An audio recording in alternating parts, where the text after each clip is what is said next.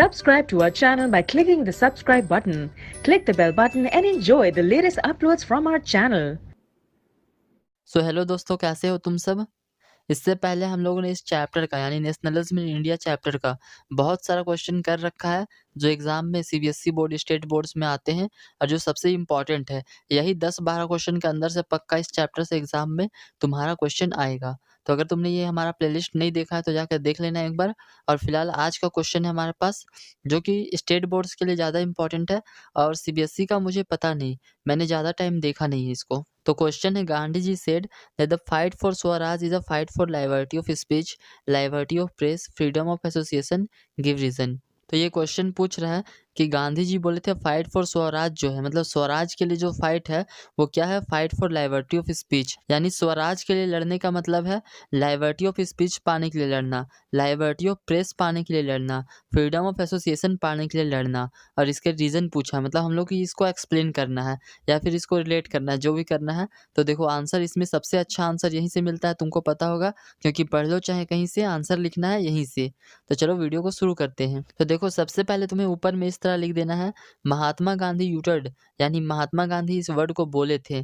This words in year 1922 during the non cooperation movement 1920-22 because according to him without liberty of speech, liberty of press and freedom of association no nation can survive even. उनका कहना था अगर कोई nation यानी कोई country अगर बढ़िया है, हमारे महात्मा गांधी जी का कहना था कि कोई कंट्री, कोई नेशन अगर चल रहा है तो उस नेशन में liberty of speech, liberty of press, freedom of association होना बहुत ज़रूरी है। अगर ये 3 चीज़ नहीं है कोई नेशन में तो उस नेशन में पक्का गड़बड़ी चल रहा होगा। तो इस क्वेश्चन का आंसर को हम लोगों ने 3 पैराग्राफ में डिवाइड किया है। तो सबसे पहला पैराग्राफ यही है, इसको अच्छे से कॉपी में नोट कर लेना या फिर अभी स्क्रीनशॉट ले लो।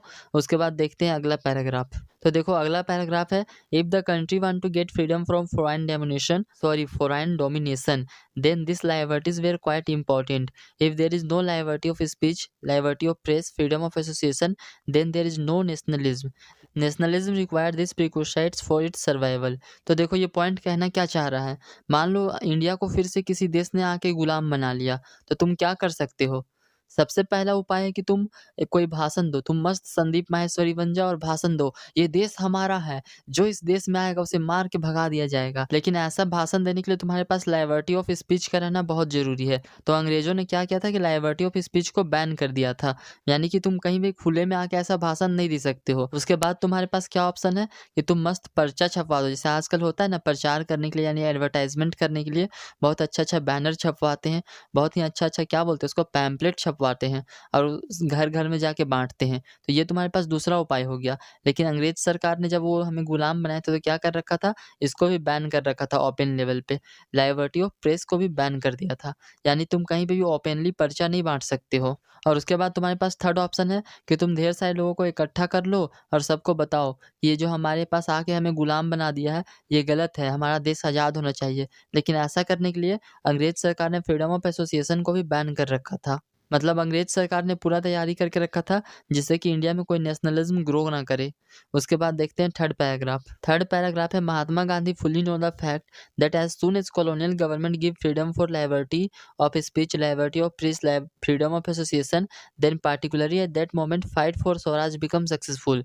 देखो महात्मा गांधी जो थी ना हमारे, वो बहुत ही खतरनाक विचार वाले आदमी थे। उन्हें पता था कि जैसे ही कॉलोनियल गवर्नमेंट जो है यानी हमारा अंग्रेज सरकार जो था, जो हमें गुलाम बनाया था, वो ये तीनों जो बात कर रहे हैं हम लोग जिसके ऊपर, वो तीनों पे रिस्ट्रिक्शंस जो है उसको हटा दे, वैसे ही जो नेशनलिज्म ग्रो करेगा और हमारा देश आज़ाद हो जाएगा। यानी कि जो फाइट फॉर स्वराज था वो सक्सेसफुल हो जाएगा। और ऐसा ही हुआ जब हमारे कंट्री में मूवमेंट्स बढ़ने लगे अंदर अंदर में। भले ही बाहर में अंग्रेज सरकार ने बैन कर रखा था ये तीनों को, लेकिन सीक्रेट लेवल पे ये तीनों बहुत ही तेज़ी से चल रहा था, बहुत ही तेज़ी से भाषण दिया जाता था, कहीं-कहीं सीक्रेट जगह पे बहुत ही तेज़ी से पैम्पलेट बँट रहे थे और बहुत ही ज़्यादा एसोसिएशन होता था छिप-छिप के। अगर तुम लोगों ने देख रखा है कोई वैसा कार्टून सीरियल वगैरह तो ऐसा होता था। तो यही सब की वजह से हमारा देश आज़ाद हुआ और बस यही था इसका बेस्ट आंसर।